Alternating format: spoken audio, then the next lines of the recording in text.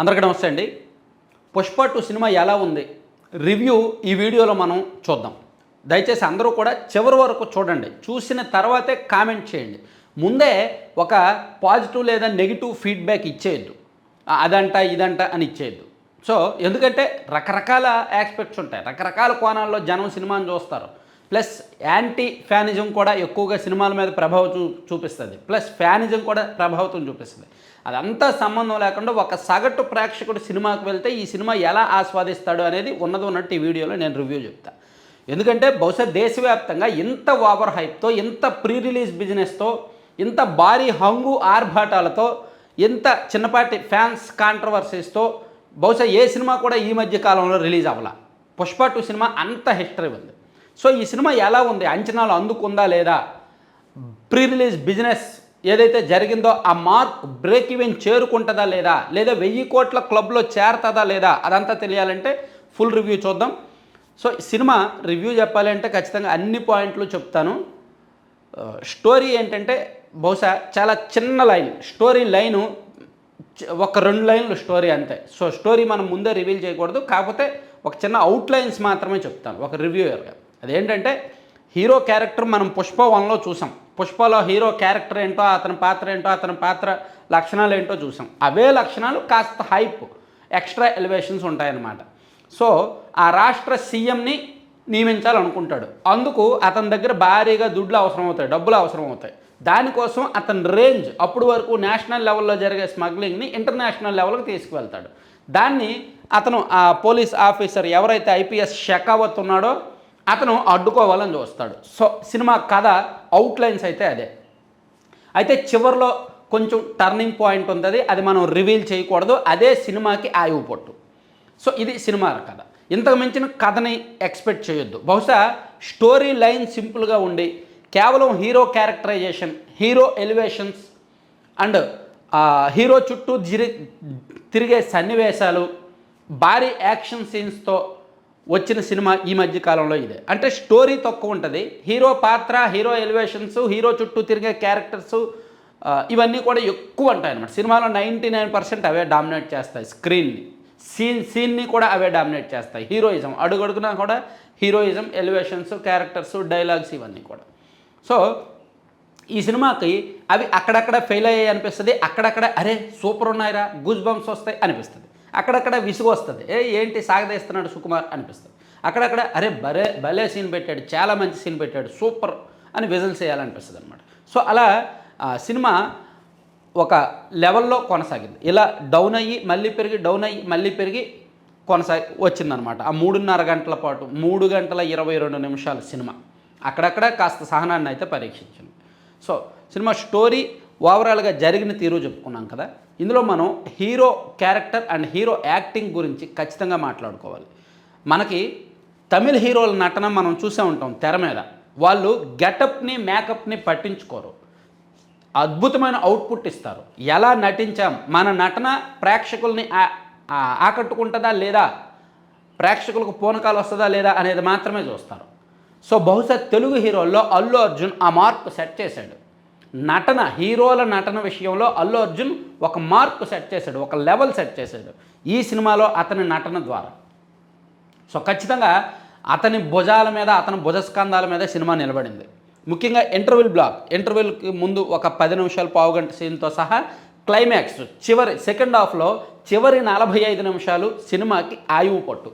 Cinema కాస్త నిలబడింది అంటే, సినిమాకి డబ్బులు వస్తాయి అంటే అదే కారణం. బహుశా ఈ సీన్స్లో అల్లు అర్జున్ యాక్షన్ కోసం రిపీట్ ఆడియన్స్ వెళ్ళొచ్చు.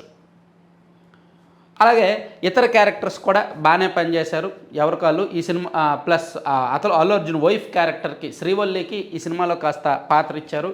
అలాగే చివరి పావు గంట, చివరి 20 నిమిషాలు సినిమా టర్నింగ్ పాయింట్ ఉంటుంది, ఒక చిన్నపాటి టర్నింగ్ పాయింట్, అది కూడా చాలా ఇంట్రెస్టింగ్గా మలిచారు.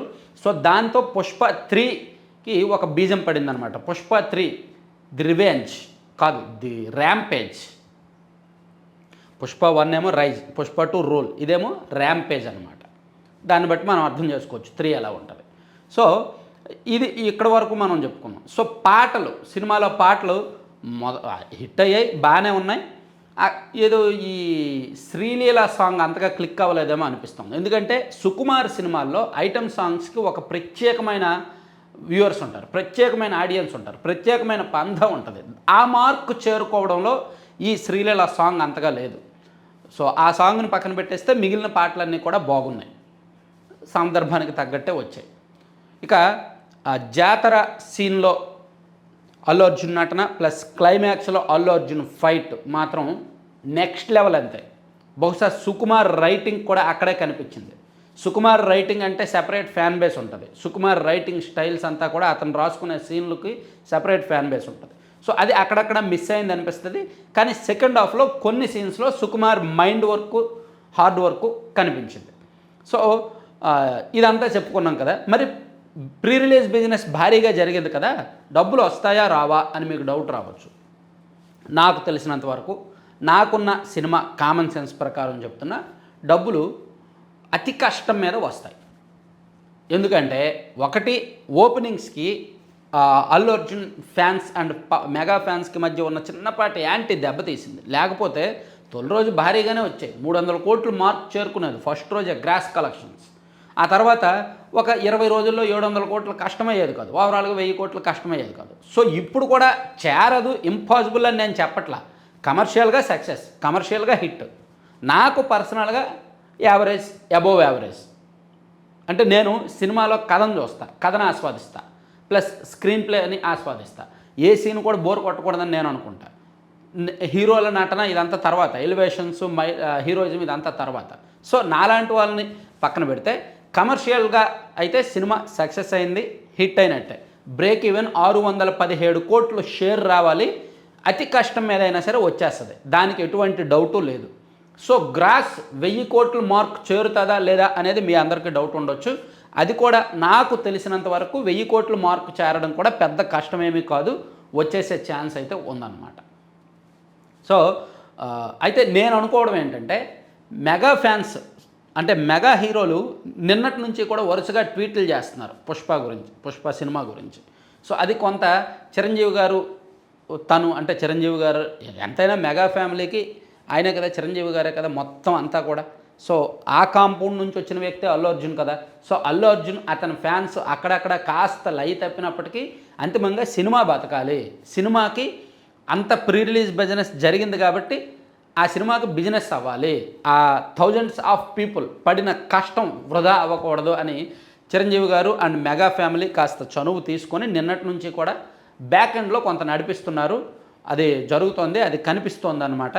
అయితే ఒకటి మాత్రం నిజమండి, మళ్ళీ చెప్తున్నా, అల్లు అర్జున్ పడిన కష్టం మాత్రం సినిమా తెర మీద కనిపించింది. అల్లు అర్జున్ అసలు అతని కెరీర్లో బహుశా అతను ఒక మార్క్ సెట్ చేశాడు. ఇతర తెలుగు హీరోలకు ఒక మార్క్, ఒక ఛాలెంజ్ విసిరాడు. ఈ క్యారెక్టర్ మీరు చేయండి, ఇలా మీరు యాక్ట్ చేయండి అని. బహుశా చాలా దశాబ్దాల పాటు గుర్తుంటుంది. అది మాత్రం నేను ఖచ్చితంగా చెప్పగలను. అది నచ్చితే సినిమా నచ్చుద్దండి. అతని క్యారెక్టరైజేషన్, సెకండ్ హాఫ్లో ఆ సీన్స్, ఆ జాతర సీన్స్ ప్లస్ క్లైమాక్స్ ఫైట్ ఇవన్నీ నచ్చితే సినిమా నచ్చుద్ది. అవి నచ్చకపోతే సినిమా నచ్చదు. కొంతమందికి అవి నచ్చల, ఈవెన్ నాకు తెలిసిన వాళ్ళకి కొంతమందికి అవి నచ్చల, కాబట్టి సినిమా బాగాలేదురా అన్నారు. సో నాకు నచ్చింది, కొంతమందికి అద్భుతంగా నచ్చాయి, అరే మళ్ళీ వెళ్దాం అన్నారు. సో ఇట్లా డిఫరెంట్ మైండ్ సెట్ ఉన్న పీపుల్ ఉంటారు. అందులోకి ఈ సినిమాకి నెగిటివ్ ఫీడ్బ్యాక్ ఇవ్వడానికి యాంటీ ఫ్యాన్స్ కూడా సిద్ధంగా ఉన్నారు. కాబట్టి నాకు కింద కూడా ఏమీ లేకుండా, అన్న సినిమా ఏమీ లేదు, నువ్వు ఉత్తుతూ చెప్తున్నావు, సినిమా యావరేజ్ అది ఇదని కామెంట్ చేసేవాళ్ళు కూడా ఉండొచ్చు.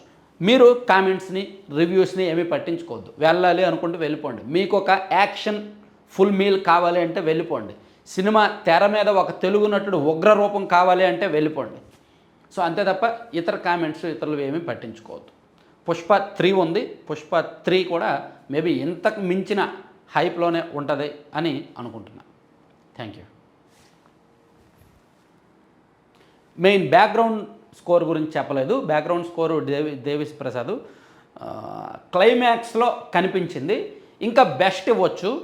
నేను మెయిన్ అది ఎందుకు చెప్పలేదంటే, బ్యాక్గ్రౌండ్ స్కోర్ సినిమాలకి ఇప్పుడు అఖండ లాంటి సినిమాను కాపాడింది బీజిఎం. ఖచ్చితంగా అది ఒప్పుకోవాలి. చాలా సినిమాలకి బీజిఎం కాపాడుంది. ఈ సినిమాకి బీజిఎం స్పెషల్ అట్రాక్షన్గా అయితే నిలవలేదు. అద్భుతంగా ఉందని చెప్పలేం, కానీ పర్ల. క్లైమాక్స్ చివరి 20 నిమిషాల్లో అంటే కూర్చోబెట్టింది. గూజ్ బంప్స్ వచ్చేలా క్రియేట్ చేయండి. నిజానికి ఆ తెర మీద ఆ యాక్షన్ సీన్స్కి అద్భుతమైన బీజిఎం ఉంటే ఖచ్చితంగా గూజ్ బంప్స్ వస్తాయి. కానీ అదైతే లేదు, కొంతమంది ఆస్వాదిస్తారు.